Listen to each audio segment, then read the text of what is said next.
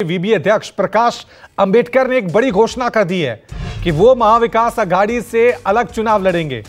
वंचित बहुजन आघाड़ी 8 सीटों पर चुनाव लड़ेगी और अपने उम्मीदवार घोषित कर दिए हैं। सीट शेयरिंग पर एमवीए और वीबीए में सहमति नहीं बनी। काफी दिनों से इसी बात को लेकर पेच फंसा हुआ था। अब वंचित विकास आघाड़ी गठबंधन की तरफ से ये घोषणा कर दी गई है कि वो अकेले अपने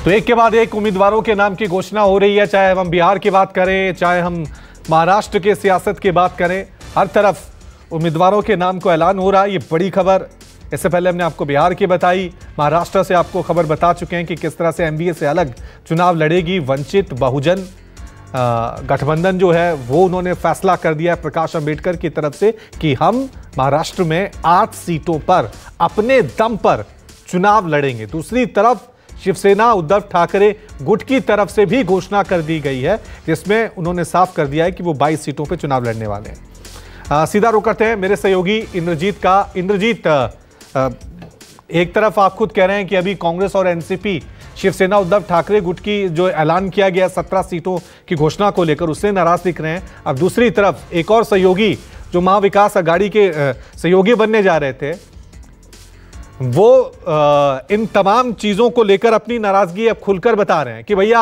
हम महाविकास आघाड़ी गठबंधन का हिस्सा नहीं बनेंगे, हम अकेले अपने चुनाव पे लड़ेंगे। तो कहां पेच फंसा, क्यों बात नहीं बन पाई? क्योंकि अभी भी बहुत पेच फंसे हुए महाविकास आघाड़ी गठबंधन में, कोई क्लैरिटी नजर नहीं आ रही है।